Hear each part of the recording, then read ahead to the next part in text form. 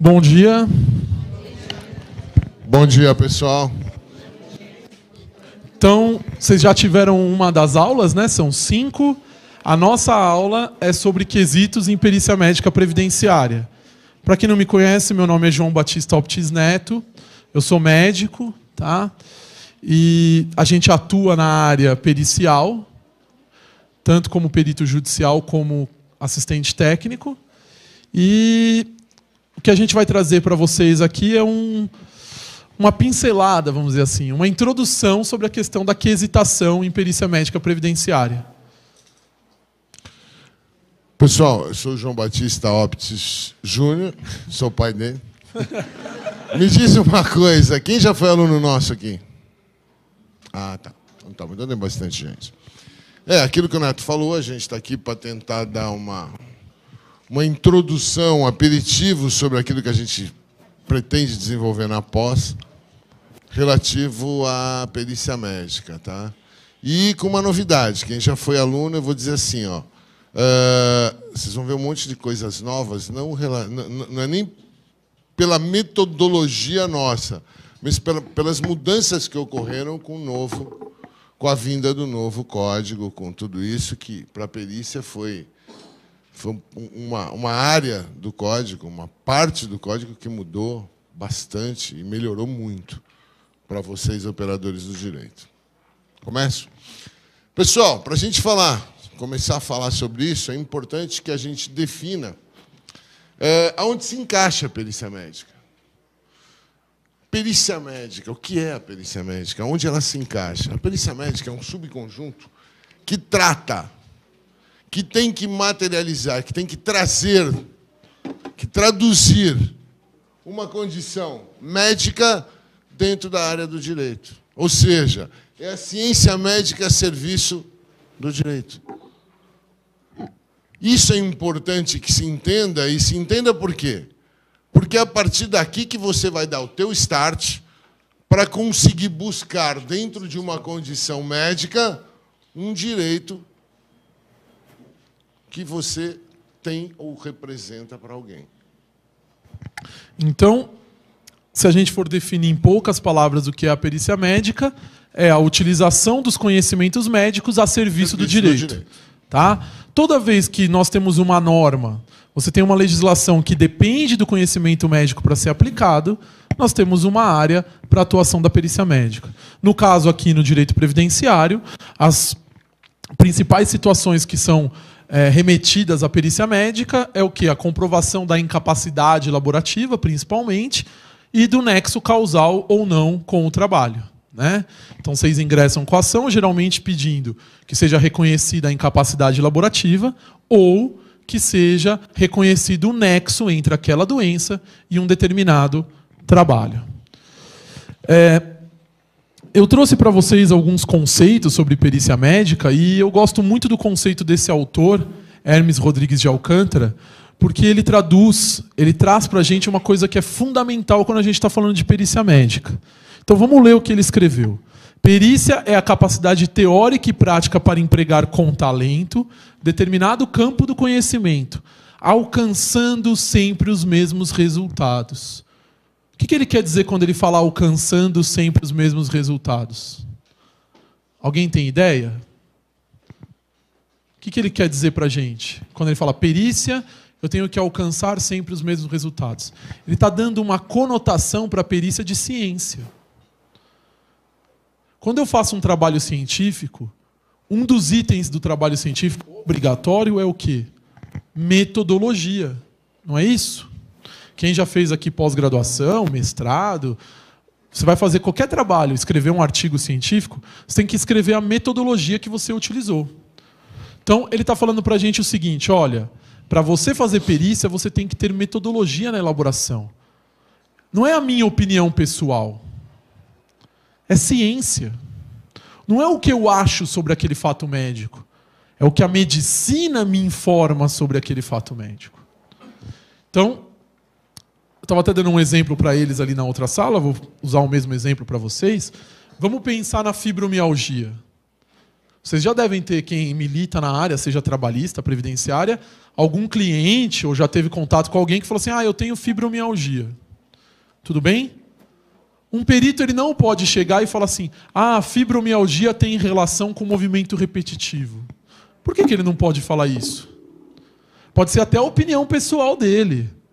Ele é médico do sindicato, sei lá, e aí ele fala assim, todos os casos que eu pego de fibromialgia, eles fazem movimentos repetitivos, então tem relação causal. Ele pode falar isso? Não.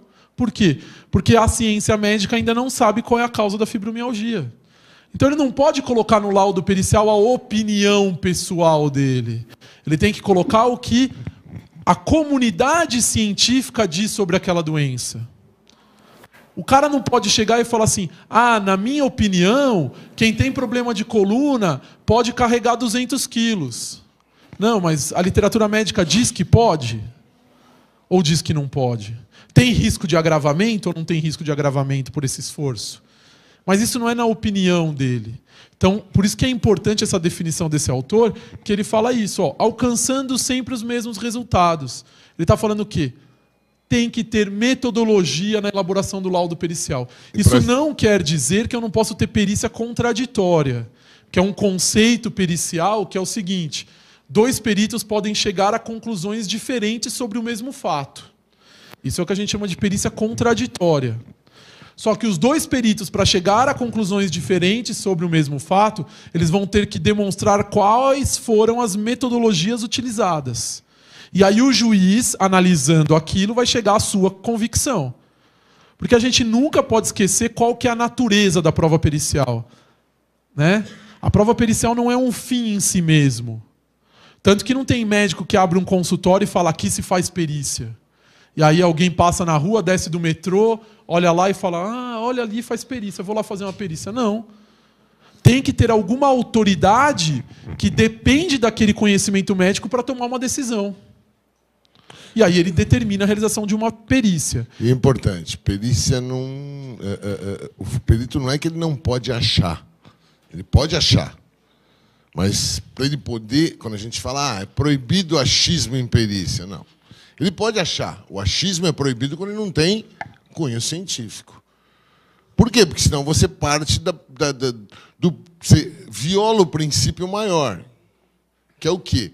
Existir uma condição sob a qual a comunidade, os pares, no caso da perícia médica, os médicos, entendem como aquilo viável, como aquilo real, como aquilo científico. Perícia tem que ser visto como ciência. Isso favorece, vai dizer, o que isso me interessa, João? Isso favorece muito para o operador de direito que de medicina é leigo. Por quê? Porque se tem consenso e tem que ter materialidade científica, tem que ter acesso e você tem capacidade de, se não operacionalizar, mas intelectualizar aquele trabalho científico, aquela condição médica. Então, é fundamental, quando a gente vai falar de quesitação, a gente entender o que é uma prova pericial. Né? Então, a prova pericial é um dos meios de prova. Não é o mais importante, não é o maior, não existe uma hierarquia entre as provas. Então, quando vocês ingressam com a ação, não pode depositar todas as fichas na prova pericial. Não vou juntar documento nenhum, não vou fazer nenhuma outra prova. Vamos deixar tudo para perícia. A chance de êxito fazendo isso é muito menor.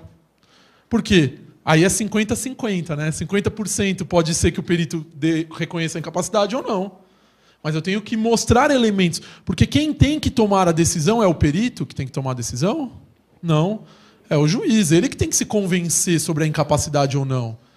E tem juízes... eu sei que vocês falam, é difícil. Mas tem juiz que julga contra o laudo do perito dele. Não, e você não pode esquecer que a formação do juiz é a mesma que a tua. Ou em segunda instância, em recurso, em fase de recurso, você consegue reverter. Consegue virar. Às vezes a conclusão não lhe é favorável, mas ele respondeu um quesito e com base na resposta dele daquele quesito você convence o juiz sobre a incapacidade. Tem a questão da incapacidade social, que é uma questão jurídica, não é uma questão médica, que você consegue comprovar também por outros meios de prova. Então tem uma série de coisas. A prova pericial é um dos meios de prova. E a gente não pode depositar todas as fichas como se aquilo fosse a única, a salvação. Ah, não vou juntar nada, não precisa juntar exame. Deixa lá fazer a perícia e a gente vê o que dá. Tá? Isso é muito importante na hora de fazer a quesitação. Então eu trouxe vários conceitos sobre perícia, todos eles com palavras diferentes, eles falam a mesma coisa. Que é o quê? A perícia ela serve para levar ao juiz elementos técnicos para que ele possa julgar aquele determinado fato. Tá? A gente aqui está falando de perícia médica no direito previdenciário, mas a gente sabe que a perícia médica ela pode ser em qualquer área do direito. O mesmo fato ele pode ter repercussões em várias áreas do direito. Pode ter ação trabalhista sobre o mesmo fato, ação civil, penal, previdenciário, o que é que seja. Tá? E aí, tanto vocês têm que fazer a quesitação de acordo com a área que estão atuando, como o perito também tem que saber qual é a área que ele está atuando, para ele poder responder o quesito de acordo com o que interessa para o juiz. Não adianta um perito na área previdenciária responder que a lesão corporal é grave. Ah, que daí? Tá? Não serve para nada isso para um juiz poder julgar uma ação previdenciária. Estava até comentando que eu fiz uma perícia recente, a conclusão do perito era na área trabalhista, e a conclusão do perito foi a seguinte: o indivíduo faz jus à aposentadoria por invalidez. Ou seja, além de estar na esfera errada, ele já estava julgando a ação. Então, só para vocês terem uma ideia como é difícil essa questão, e vocês têm que ter esse conhecimento para poder utilizar de forma adequada dessa prova. Quer fazer uma pergunta, não? Oi? Não. Não. Tá?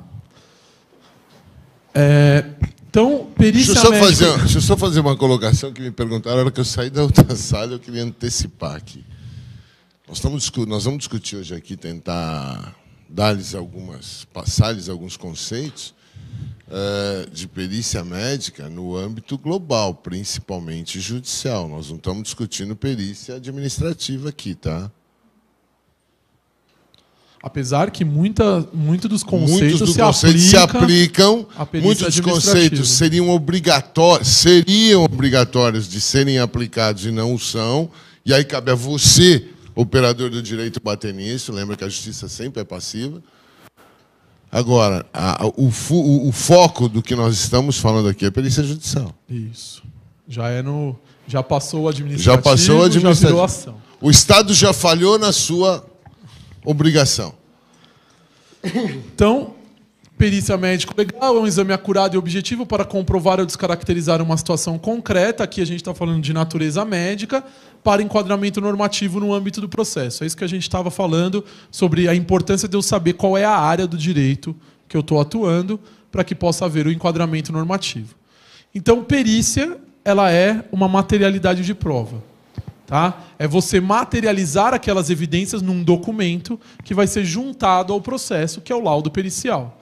O resultado final de uma perícia é o laudo pericial, que é onde o perito vai colocar tudo aquilo que foram as percepções dele durante aquela execução, a literatura médica que fundamenta a sua conclusão, a resposta aos quesitos, como a gente vai ver. Então, vamos dizer assim, todos esses elementos, ele vai se materializar no processo através de um laudo pericial. Tá? E aí a gente tem que destacar que o novo Código de Processo Civil, entre aspas, né, não é tão novo assim, né, em vigência desde março de 2016, ele trouxe um grande avanço na matéria pericial, que é o artigo 473. Tá? Por quê? Antes do Código de Processo Civil, no Código de Processo Civil anterior, antes desse de 2015, com vigência em 16, você não tinha nada dizendo quais eram os elementos obrigatórios de um laudo pericial. Então a gente cansava de pegar laudo pericial que era somente resposta aos quesitos. Parecia prova de colégio. Pegou lá os quesitos, respondeu e acabou. Ah, mas como chegou à conclusão de que tem incapacidade? Ah, sei lá, tem incapacidade. Ah, como chegou à conclusão que não há nexo causal? Não sei, não está escrito no laudo. Agora, a gente tem no 473 escrito bem claro, explícito, quais são os elementos mínimos obrigatórios de um laudo pericial. E quais são eles? Inciso 1º, a exposição do objeto da perícia. 2º, Análise técnica ou científica realizada pelo perito. Indicação do método utilizado, demonstrando que este método é aceito pelos especialistas naquela área do conhecimento. Quarto, resposta conclusiva a todos os quesitos. Essa era uma discussão muito grande, os advogados reclamavam muito disso. Ah, coloca só vide ou prejudicado. Vocês colocam ainda, mas vocês têm que efetivar o que está no 473. Ele é claro, resposta conclusiva a todos os quesitos. Não responder o quesito é cerceamento de defesa. Tá? Não apresentou a metodologia é cerceamento. A prova não está sendo produzida de forma adequada. Qual que é a importância do perito indicar a metodologia e indicar como ele alcançou as conclusões dele? É oferecer para vocês a oportunidade do exercício do contraditório. A gente diz que contra a fé não se tem argumento. Se eu chegar aqui e falar, eu acredito em Deus, vocês não vão chegar para mim e falar, porque, olha, a ciência mostrou que Deus não existe. É a minha fé, eu acredito em Deus. É a mesma coisa aqui. Se o perito fala assim, tem nexo causal, mas por que tem nexo? Ah, não está escrito lá por que tem nexo. É porque ele acha que tem nexo, é fé dele. Pode ter isso no laudo pericial? Não. Ele tem que mostrar como ele chegou àquela conclusão, para que vocês possam discutir as razões. Então, exemplo, ele fala que não tem nexo causal por causa disso, disso e disso. E aí você vai discutir, mas por que você não considerou tal coisa? Por que isso aqui não é bem assim? Esse fato não é bem esse? Vai discutir sobre os fatos que o perito está alegando naquele processo. Ah, você falou que não tem movimento repetitivo. Mas qual que é o conceito de repetitividade tecnicamente? O perito colocou no laudo? Ah, não colocou. Então como que ele disse que não tem movimento repetitivo? Mas qual que é o conceito de repetitividade? Alguém sabe? Qual que é o conceito de repetitividade aqui? Não? Para eu falar que uma atividade é repetitiva, o ciclo de trabalho, ou seja, o movimento que a pessoa faz até ela voltar a fazer. Então vamos dizer numa linha de produção. Ele aperta um parafuso. Então vamos dizer que passa na linha de produção, na esteira, uma máquina, uma peça, e ele tem que apertar um parafuso. Cada vez que ele aperta um parafuso e a esteira anda, isso é um ciclo de trabalho. Se o ciclo de trabalho tiver menos que 30 segundos, eu considero essa atividade como repetitiva, como alta repetitividade. Ou, se, apesar do ciclo de trabalho for maior que 30 segundos, em 50% do tempo ele faz o mesmo padrão de movimentos, eu também considero isso como repetitividade. É um conceito que eu inventei? Não. É um conceito de Silverstein. É um autor que estudou e definiu o que é movimento altamente repetitivo. Não é o que eu acho. Eu não olho e falo, você tem atividade repetitiva. Então, tudo isso, essa fundamentação, tem que estar no laudo pericial, para que você possa questionar. Aí você vai falar assim, olha, o Silverstein está errado. Não, mas a atividade do meu trabalhador, você falou que não é repetitiva, mas o ciclo de trabalho dele é menor que 30 segundos. Então, esse tipo de, vamos dizer assim, de exercício do contraditório, ele só é possível se eu fundamento como eu cheguei à minha conclusão. Tá? O que eu queria colocar é o seguinte, dentro do inciso 4º, veja, quesitos apresentados pelo juízo. Eu acho que isso é fundamental a gente discutir, eu peguei um adendo até por isso, porque assim, o juiz tem que quesitar. Você concorda comigo que para ele quesitar ele tem que sanear?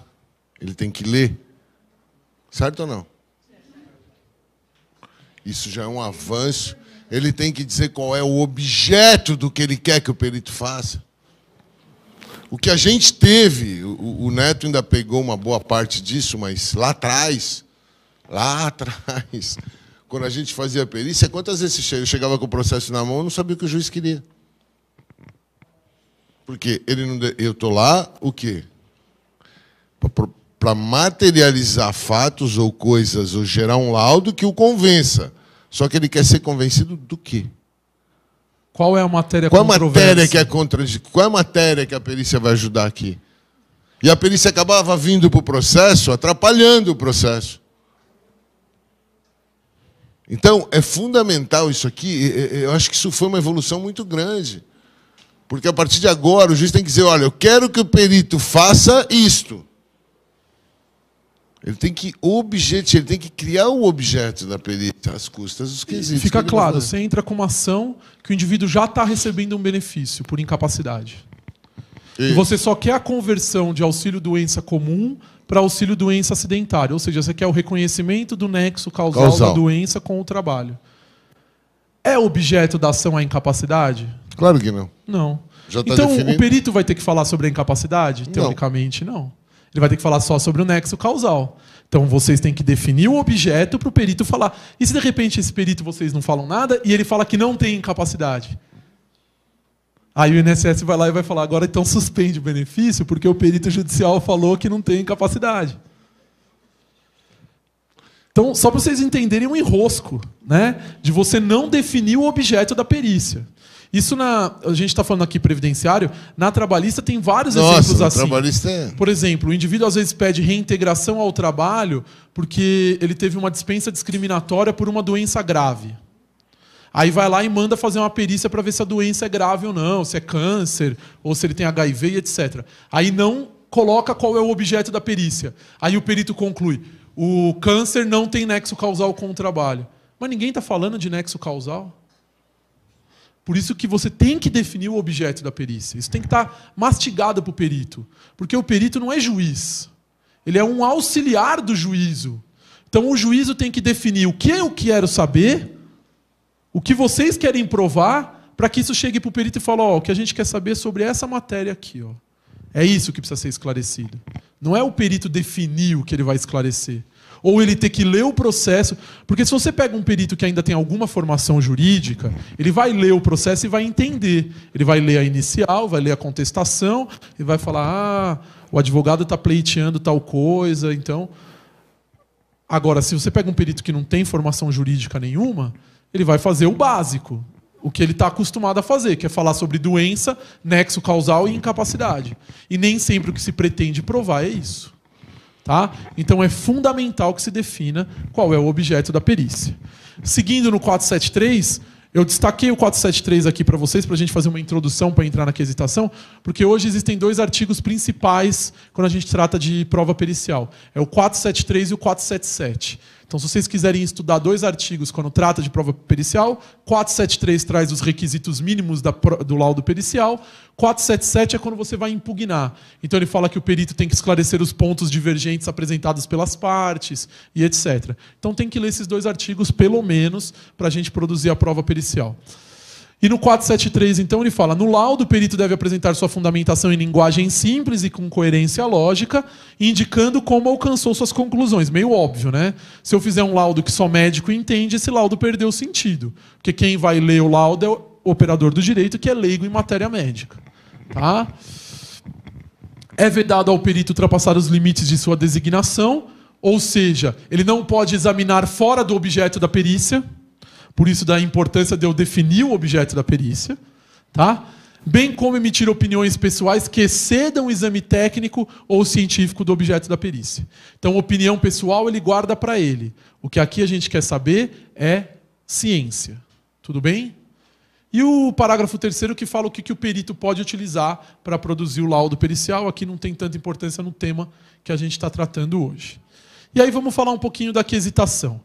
Então, para falar de quesitação, a gente sempre começa com essa frase do Sócrates, que ele fala o seguinte, saber é poder definir. Quando duas pessoas estão discutindo, elas devem definir qual é o objeto da discussão. Porque, senão, elas podem utilizar duas palavras com o mesmo sentido ou podem usar a mesma palavra com sentidos diferentes ou duas palavras com o mesmo sentido. Ou seja, para eu discutir com você sobre um fato, eu preciso definir o que a gente vai discutir. Senão vira aquela discussão de louco. Eu falo uma coisa, você fala outra, a gente não se entende e acaba brigando. É fundamental, quando eu estou tratando da perícia, exatamente isso. Eu definir o que está sendo discutido. E como que eu defino isso? Com o objeto da perícia. Quando eu vou fazer os meus quesitos, eu tenho que ter em mente o que eu pretendo provar com aquela prova pericial. Como eu disse, não é um fim em si mesmo, ela tem um objetivo final. Então eu pretendo comprovar a incapacidade. Eu tenho que fazer quesitações sobre a incapacidade. Eu pretendo comprovar o nexo causal. Eu tenho que fazer quesitos voltados para a comprovação do nexo causal. Tá? Então, só para a gente abrir um parênteses, a gente vai ver que tem 3 momentos na perícia, né, na produção da prova técnica, que eu vou estar fazendo quesitos. Quais são esses 3 momentos? O primeiro momento é quando o juiz nomeia o perito. Tá? Ele nomeia o perito e abre prazo para vocês apresentarem os quesitos. Esses seriam os primeiros quesitos. Durante a diligência, você também pode fazer quesitos, ou seja, durante a execução da perícia, que são os chamados quesitos suplementares. A gente vai explicar cada um deles, tá? E tem um terceiro momento que você faz quesitos, que é após a apresentação do laudo pericial, que são os chamados quesitos de esclarecimento. Então nós temos 3 quesitos, 3 grupos de quesitos. Na nomeação do perito, durante a diligência e após a entrega do laudo pericial, que é os chamados quesitos de esclarecimento. Então aqui, o 465 fala que o juiz vai nomear o perito especializado no objeto da perícia, fixando de imediato o prazo para a entrega do laudo. E aí ele fala, incumbe às partes indicar assistentes técnicos e apresentar quesitos. A questão da indicação do assistente técnico, eu até nem comentei, a gente traz para vocês aulas sobre quesitação, isso vai ter na pós-graduação, quesitação, impugnação do laudo, etc. Por quê? São atividades eminentemente jurídicas. Apresentar quesito é do advogado que apresenta quesito. Quem impugna o laudo é o advogado. Mas se você tem um assistente técnico, ele pode te auxiliar nisso. Então, o assistente técnico pode te auxiliar na elaboração dos quesitos. O assistente técnico pode te auxiliar com subsídios técnicos para você impugnar o laudo pericial. O grande X da questão é que, como nós estamos tratando aqui de direito previdenciário, nós estamos falando de pessoas que às vezes não têm nem o que comer, quanto mais dinheiro para contratar assistente técnico. Então, os operadores do direito, vocês advogados, acabam tendo que fazer essa função sem auxílio de assistente técnico. Por isso a importância de vocês entenderem como que a gente tecnicamente faz a quesitação. Tá? Só volta no slide, só colocar uma coisa que é muito comum a gente ver. Arruir impedimento ou suspeição do perito, se for o caso.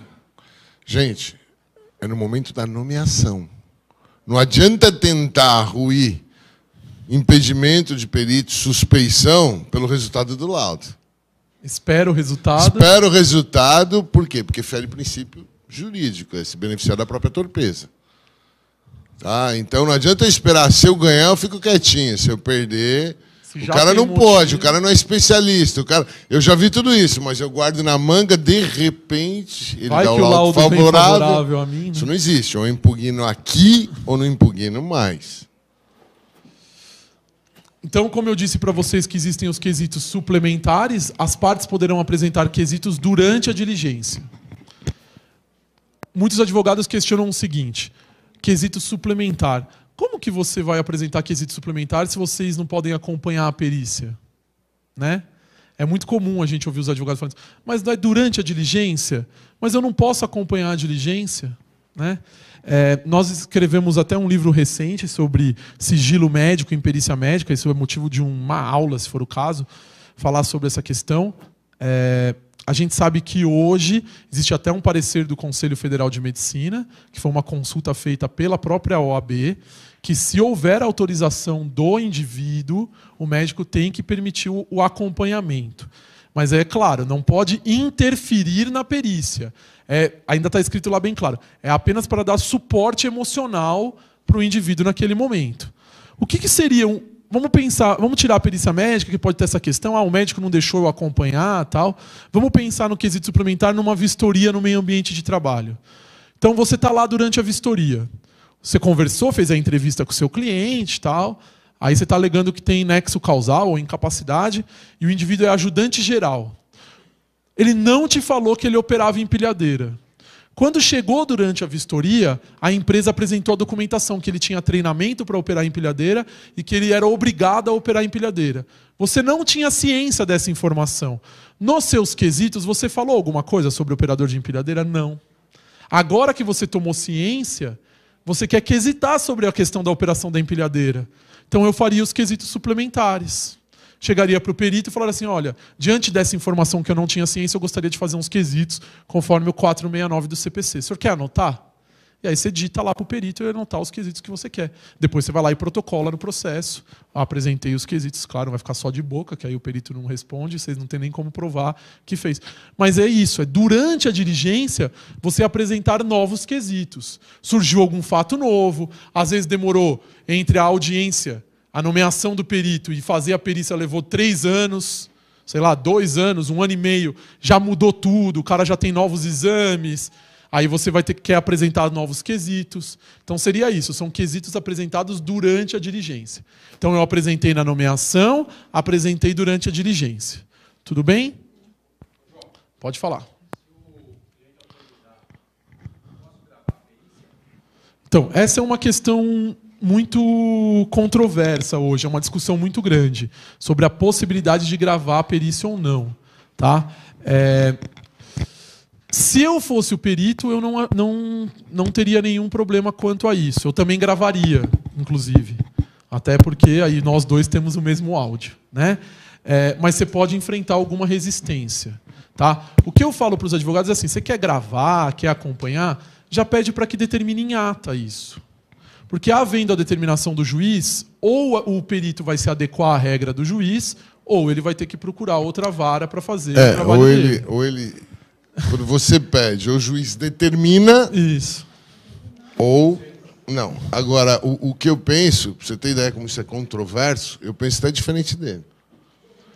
Eu entendo assim, ó. Você acompanhar é uma coisa, você filmar, existe a imagem do próprio perito que está dentro daquilo. Então, é direito individual. De áudio. Né? Só gravação de áudio. Áudio. Tá. Imagem aí já...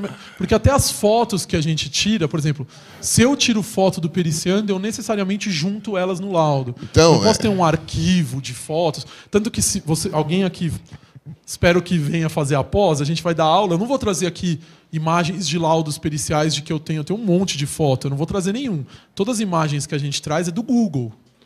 Porque a gente não pode utilizar isso com outra finalidade que não seja o esclarecimento da justiça. Então, para você ter ideia do que nós estamos falando, que é controverso isso. Houve em São Paulo, vamos dizer assim, uma tendência, principalmente no Estado, não só na via administrativa, quem acompanha, como na via judicial, dessa ideia de se filmar a perícia médica. Quando autorizado, obviamente, pelo paciente, que é o maior interessado e o objeto da coisa. Eu diria assim, ó, sem te cortar, eu já diria assim, ó, isso eu sou totalmente contrário, porque você está violando também o direito de imagem. Eu posso não querer aparecer, e aí?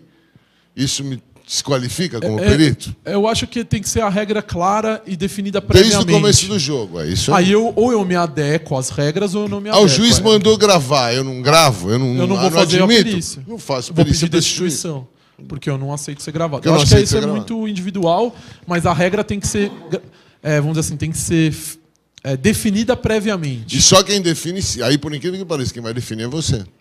Quem vai definir é o operador de direito. Tem que pedir, aí se o juiz falar, pode gravar, pode não gravar. Você vai ver que tem juízes que entendem que não se grava.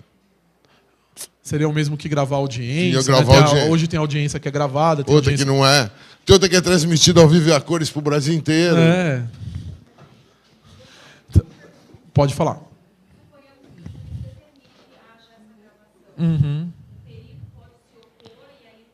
Sim, pede destituição. É isso que eu estou falando, é direito Ele fala, dele. Por motivos de foro íntimo. Eu não quero ser gravado. Eu odeio a minha voz. Ponto. É meu direito também, não sei. Até achar alguém que se adeque àquela condição. Tá? É igual honorários. O juiz tal determinou o honorário de X.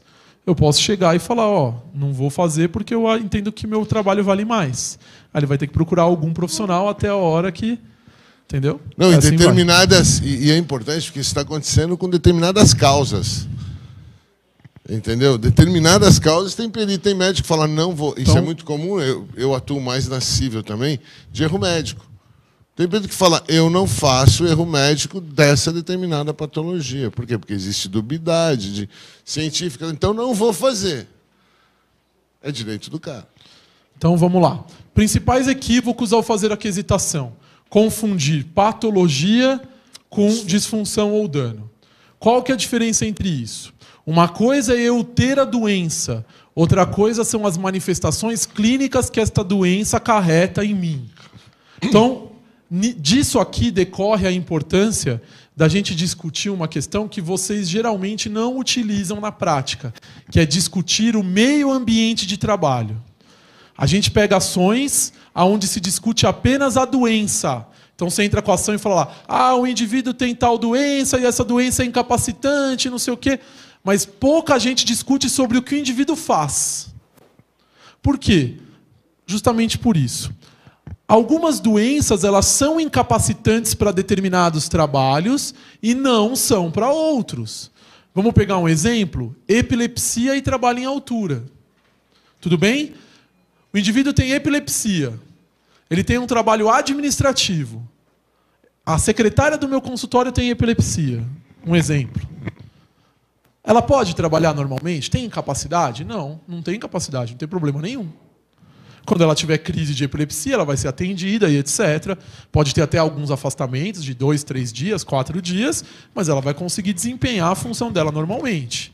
Agora, o indivíduo trabalha em altura ou espaço confinado.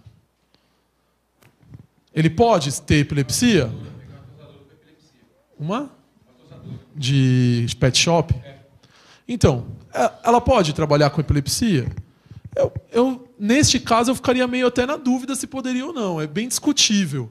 Mas tem algumas coisas que a gente sabe que não pode. Por exemplo, trabalho em altura. Por quê? Qual que é o conceito de incapacidade laborativa? Qual que é o conceito de incapacidade laborativa? É a impossibilidade de desempenho das funções específicas de uma determinada atividade, das funções específicas de uma determinada atividade, ou o risco de agravamento que a permanência na atividade possa acarretar, desde que seja palpável e indiscutível, ou o risco de vida para si ou para terceiros. Então vamos pegar um exemplo. O indivíduo perdeu a visão de um olho e ele é advogado. Vai ter algum prejuízo para ele exercer a advocacia? Não. Ele perdeu a visão de um olho e ele é piloto de avião. Ninguém quer viajar com um piloto de avião que não enxerga direito, né? Ou seja, o meio ambiente de trabalho, a função exercida é fundamental na análise da incapacidade. E pouca gente faz quesito sobre o meio ambiente de trabalho. Os laudos, se você pegar laudos na Justiça Federal, seja o GF ou na Justiça Federal, você vê lá, a descrição da função é assim. Função, auxiliar de produção. Acabou por aí. Não analisou o que esse cara faz, se ele opera em empilhadeira, não opera, se a indústria que ele trabalha é uma indústria química, quais são os riscos que existem no meio ambiente de trabalho. E como que vocês podem saber sobre isso? Vocês podem utilizar, por exemplo, o PPP. Não é? No PPP não vai ter que estar os riscos? E o atestado de saúde ocupacional? Todo mundo sabe o que é o atestado? O ASO, atestado de saúde ocupacional? O indivíduo tem que receber uma cópia do ASO. Lá vai constar quais são os riscos a que ele está submetido no ambiente de trabalho. Então, tudo isso são elementos que vocês têm que utilizar no processo e têm que fazer quesitação. Agora, se vocês não quesitarem sobre o meio ambiente de trabalho, sobre a função da pessoa, o perito passa batido e ele conclui e fica tudo por isso mesmo. Tá? Então, fazer uma distinção entre doença e manifestação clínica, entre diagnóstico anatômico e diagnóstico funcional. O que é isso aqui? Diagnóstico anatômico, hérnia de disco. Diagnóstico funcional. Você vai ter uma repercussão decorrente daquela hérnia de disco. É diferente. Eu posso ter hérnia de disco e não ter repercussão. Por isso que não dá para fazer perícia só baseada em exame. Senão seria fácil. Manda os exames, o perito analisa e manda a resposta para o juiz. Não, eu tenho que examinar o cara. Porque eu tenho que ver se aquela hérnia de disco tem repercussão funcional. A gente vai envelhecendo e vai aparecendo problema na coluna. É normal e inexorável. Não tem como fugir disso. Tem pessoas que têm problema e acarretam em repercussão funcional. Tem pessoas que têm hérnia de disco e nunca vão sentir nada. Tá? Então, a gente tem que analisar a repercussão que a lesão anatômica causa no indivíduo. E uma outra confusão que isso tem que estar bem claro para vocês na hora de fazer a aquisitação é o não conseguir com o não dever. O cara que tem a visão de um olho só, ele consegue pilotar o avião? Conseguir, ele consegue. Ele pilotou a vida inteira. Ele sabe lá, até de olho fechado ele pilota. Mas ele deve? O indivíduo lá, a gente estava até usando um exemplo na outra aula, o indivíduo lá no Rio de Janeiro que teve a crise epilética e atropelou todo mundo. Ele consegue dirigir? Mas ele deve?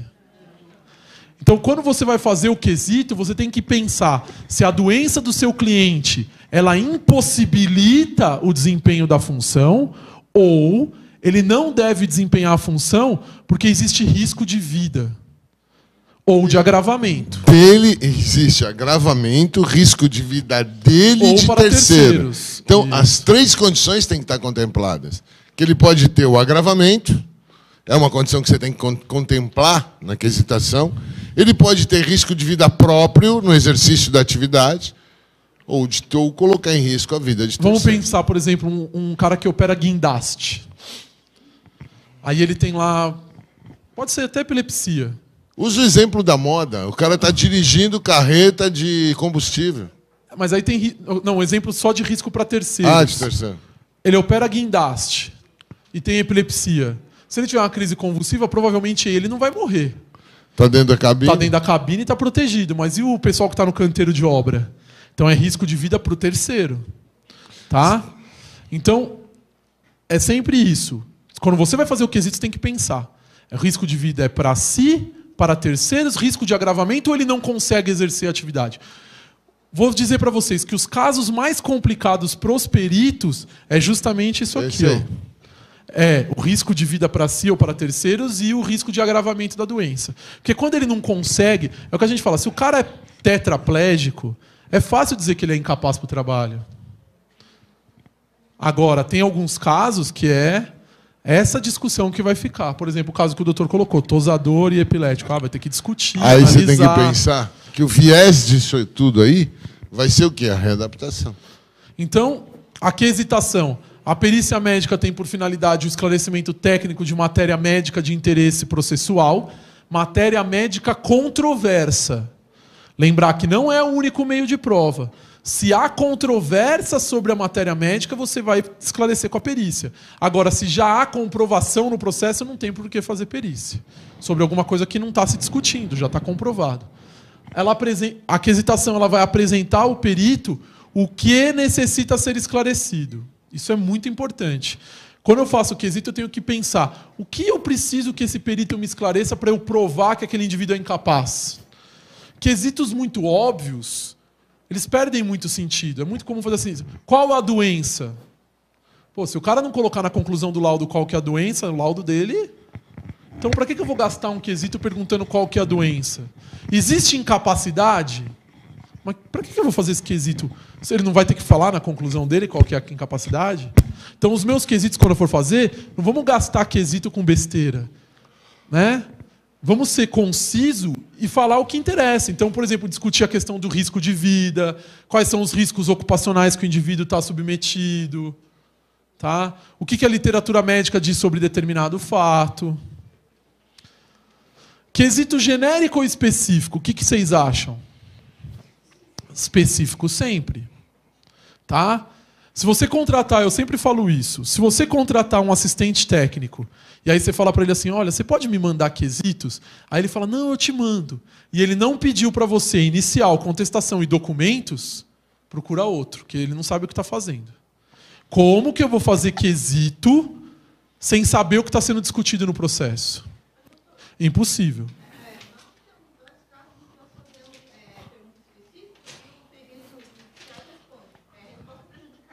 Então, é aquilo que a gente estava falando lá do 473. O artigo 473, inciso 4º, fala resposta conclusiva a todos os peritos, a todos os quesitos. Se o perito faz isso, você tem que bater na tecla, que é cerceamento de defesa. Ele tem que responder os quesitos. Ele até pode colocar prejudicado, mas ele tem que explicar o porquê que está prejudicado. Por exemplo, eu não falei aqui da fibromialgia? Se você fizer um quesito assim para mim, eu sou o perito judicial, você fez um quesito. Qual é a causa da fibromialgia? Eu vou responder para você. Prejudicado. A ciência médica ainda não sabe qual é a causa da fibromialgia. Não é que o prejudicado está errado, mas ele tem que esclarecer o porquê está prejudicado. Não, e outra coisa, que eu acho que é... Ou quesitos impertinentes. De repente você pergunta a tua uma coisa que... A tua maior ansiedade. Eu diria para você assim, ó,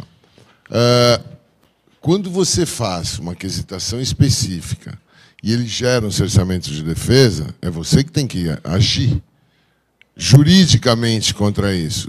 O que a gente está falando aqui não é a condição...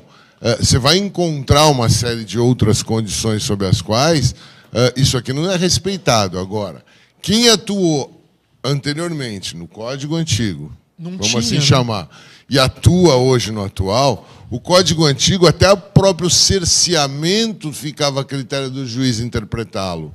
Hoje não, hoje você tem expresso, ele tem que responder ao teu quesito. Ele não tem que responder da forma como você quer. Ele não tem que responder a seu favor. Mas ele tem que afastar a sua tese. Ou seja, o que o Neto falou da fibromialgia. Eu quero saber a causa da fibromialgia. Você não vai saber porque nem eu sei. Mas eu tenho que dizer que eu não vou te responder, ou que aquele quesito é impertinente, ou que ele está prejudicado por isso. Eu tenho que dar satisfação da condição sobre a qual eu norteei minha prova. O grande X é que a maioria dos peritos atuavam no Código Antigo. Então, eles continuam... Eles continuam com o viés do Código Antigo, não falava nada. E aí, por outro lado, apesar a maioria dos advogados, não vamos jogar só no perito, a maioria dos advogados também atuavam no Código Antigo. Entendeu? E eles ainda não estão usando, alguns já estão, o mecanismo sob o qual ele anula um laudo em função de desrespeito à cláusula específica. Nós não estamos falando assim, ó, interpretação de juízo, interpretação de tribunal. Está lá, explícito. Não deixou cerceamento, ponto. Agora, não vai bater na tua porta e falar assim, doutora, cercearam sua prova. Existe jurisprudência já sobre isso. Sobre isso. Se você procurar jurisprudência, eu não trouxe jurisprudência, mas eu tenho sobre a questão de não resposta aos quesitos caracterizando o cerceamento de defesa. Cerceamento de defesa. Porque não está sendo seguido o devido processo legal, né? E você vai anular a prova e fazer de novo. Tá? Então, mas só vai efetivar isso se vocês baterem nisso. Não, o que não quer aí dizer... um caso passa, o outro caso até a hora que começa... O que não quer dizer que você não tenha razão. A gente pega agora monte de tá processo de perito fazendo isso. Mas é assim, ó, o que me anseia é que o advogado tem ferramenta para bater. Por exemplo, quando eu faço assistência técnica, todo laudo que vem que o perito não responde o quesito, eu já coloco o primeiro preliminarmente. Primeiramente, observa-se que o perito não respondeu os quesitos, conforme o artigo tal, né? Já mando para o advogado. Se ele usa isso ou não, eu não sei, tá? Porque a gente faz a parte técnica. Mas eu já coloco isso para chamar a atenção do advogado. Ó, não respondeu o quesito, já tem que arguir essa questão. Não existe mais essa possibilidade. Você tem hoje ferramenta, você tem hoje condições, você tem hoje 100 vezes... aqueles que foram meus alunos anteriormente sabem disso. Lá atrás, isso era uma ansiedade nossa, antes de março de 2016. Era uma ansiedade, porque isso ficava a critério do juiz entender que é prejudicial, não é prejudicial. Hoje, não. Para efeito de materialidade, ou você desconsidera tudo, e o juiz diz assim, também não quero ver a prova. Tudo bem, é direito dele, no convencimento dele. Mas tem que estar respondido. Então, a quesitação é a importância do conhecimento do caso e dos documentos juntados aos autos. Então, para eu fazer quesitos, eu tenho que ter conhecimento do que tem naquele processo. Tá? Eu vou chamar a atenção do perito para um determinado fato ou chamar a atenção dele para um determinado documento. Essa também é uma função do quesito. Vamos dizer que tem um documento lá que você acha que é fundamental para a comprovação da sua tese. Você vai lá e faz um quesito. Conforme o documento juntado a folhas tais, ou PJE lá, ID, não sei o quê, e você chama a atenção do perito. Por quê? Porque, às vezes, não é incomum juntarem muitos documentos médicos e a maioria não tem o menor interesse. Esse é um outro problema. Tem que focar na doença que é incapacitante. Às vezes entra lá dizendo que a pessoa tem problema de coluna, aí junta mamografia, Papa Nicolau, exame de sangue, hemograma. Mas que interessa isso? Só faz volume, aí o perito, no meio do hemograma está a tomografia de coluna. Aí o perito não viu a tomografia. Então, tem que fazer isso, juntar o que interessa para a comprovação da sua tese. Tá? E aí você pode fazer um quesito chamando a atenção. O quesito é uma linha condutora da prova pericial. Você faz o quesito pensando no que você pretende comprovar. E aí você vai batendo na tecla daquilo. Então, você vai fazer um quesito, você está alegando que tem incapacidade e nexo causal, eu vou começar fazendo o quesito sobre a questão da incapacidade, depois eu faço o quesito sobre o nexo causal. Tá? Então eu vou conduzindo o raciocínio do perito. Quando ele lê os quesitos, ele já vai saber o que eu quero produzir de prova. Tá? Então, pessoal, a ausência de resposta aos quesitos, é o que a gente estava discutindo agora, é cerceamento de defesa. Isso está claro, a jurisprudência é clara, só que vocês têm que bater nessa tecla. Tá? Para o perito é cômodo também. Se você não falar nada, eu não falo, deixa por isso mesmo e fica assim e continua tudo do mesmo jeito. Tá? Aí entra em área de conforto de todo mundo, né? Sim. É a mesma coisa que laudo sem objeto da perícia, sem metodologia, sem indicar como alcançou a conclusão, tem que bater. Ah, não existe mais porque o código está vigente? Não, lógico que existe. Só que a gente tem que utilizar a ferramenta do código para que vá aprimorando a perícia. Porque, às vezes, o perito ele vai tomar tanta cacetada que aí uma hora ele vai falar, pô, será que não é bom eu começar a responder os quesitos? Que aí para de vir impugnação perguntando sobre isso. Tá? Isso. Eu trouxe aqui o 477. Depois que o perito protocola o laudo pericial, por isso que eu falei para vocês verem o 477. Depois que ele protocola o laudo pericial, o código fala o seguinte: as partes vão se manifestar sobre o laudo, e aí o perito tem 15 dias para responder sobre os pontos divergentes apresentados pelos advogados e responder os pontos divergentes do laudo do assistente técnico e responder os que a gente chama de quesitos de esclarecimento. Na verdade, o quesito de esclarecimento seria o seguinte: você poderia intimar esse perito para comparecer em audiência para prestar esclarecimentos. É isso que está previsto aqui no parágrafo 3º do 477. Na prática, a gente vê pouco isso sendo feito. Geralmente, os juízes fazem o quê? Apresente os quesitos por escrito e eu mando para o perito responder, em vez de convocar ele para vir em audiência. Isso é o que a gente mais vê na prática. Tá? Então, isso que você falou. Não respondeu, vou impugnar, o juiz vai ter que determinar que ele responda aqueles quesitos que não foram respondidos. Tá? É prudente que nessa sua manifestação sobre o laudo, de repente, você já apresente os quesitos novamente. E não esquece de uma coisa, você quando o processo é um contexto, concorda? Muitas vezes eu sei que eu vou perder na primeira instância porque aquilo é o entendimento daquele juízo. E ele sim pode entender. O perito não pode, mas ele pode. Eu sei que aquilo é o entendimento, é só olhar os julgados e vou falar, isso é o entendimento. Mas eu estou preparando o quê? Estou preparando a segunda instância. Então, quer dizer, é aquilo que a gente no dia a dia usa de ferramenta. No momento, eu sei que eu vou apanhar na primeira instância, que aquilo é entendimento. Ele julgou, está tudo julgado assim. Mas eu vou subir e vai voltar. Ah, não, sim, não, se ele claro que não. Estou dizendo quando não te é satisfeito que você está... Isso. Muitas vezes você vai encontrar juiz que entende que não. Mas está preparado o cerceamento para a segunda instância. O tema aqui que a gente propôs era de quesitação, mas só para vocês terem uma ideia sobre essa questão da manifestação sobre o laudo pericial, que seria uma outra aula, o Código de Processo Civil atual, 2015, ele valoriza tanto o parecer do assistente técnico que está expresso lá que o perito tem que se manifestar sobre o ponto divergente apresentado no parecer do assistente técnico.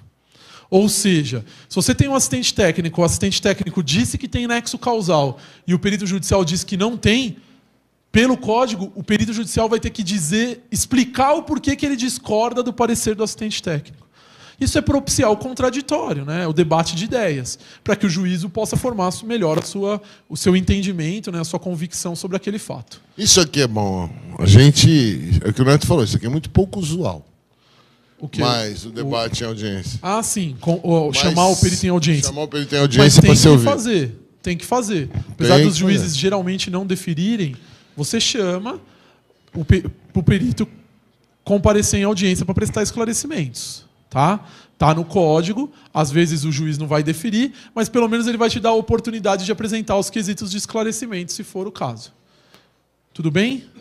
Alguma dúvida, pessoal? Acho que a gente até passou do horário, não sei nem que horas que era. Já passou. 44.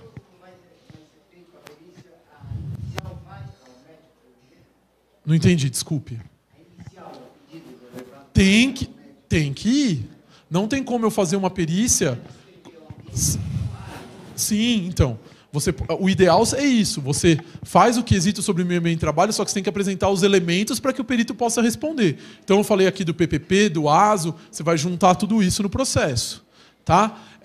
Necessariamente, para eu fazer uma perícia, eu tenho que ter conhecimento do processo. Não tem como eu fazer perícia igual consulta médica. Chegar lá, não sei nem do que se trata, não. Previamente, eu tenho que ter acesso ao processo para poder ler, estudar, ver qual é a matéria controversa e ver a documentação que está juntada nos autos. Uhum. Então, quando eu falo... Aqui, quando eu estou falando no nexo causal, estou falando em sentido mais amplo, tá? Falando de acidente de trabalho. Mas tem concausa, nexo causal, tá tudo... A gente tem que... não é o objeto aqui, né, da gente discutir isso, mas teria que discutir qual é o conceito de concausa e etc. Tá? Não, nada é opinião, tudo é técnico. Nada é achismo. Tá? A concausa ela é definida na própria legislação previdenciária, que diz que as doenças multicausais, se você tiver uma causa concorrendo para aquela ocorrência, eu também considero como acidente de trabalho. Isso é definição, e você tem dentro da própria doença, sob o aspecto médico, quais são as possíveis concausas geradas. Por exemplo, coluna. Coluna é uma doença que dificilmente é nexo causal. Geralmente é nexo concausal. Porque problema de coluna não é para quem quer, é para quem pode. Tem fator genético, geralmente o indivíduo é tabagista, o que propicia ele ter uma hérnia tem uma série de fatores de risco. Insuficiência vascular periférica, varizes de membros inferiores, a mesma coisa. Trabalho ortostático estático pode contribuir para o aparecimento, mas eu tenho genético, tabagismo, mulher que usa anticoncepcional, multiparidade, né, que é ter vários filhos, obesidade, tem uma série de fatores. Então, nessas doenças de etiologia multicausal, o trabalho vai entrar como uma das causas. É aí que a gente fala em concausa. Agravamento a gente também chama de concausa. Então, você tem vários tipos de concausa. É uma coisa muito técnica, muito ampla.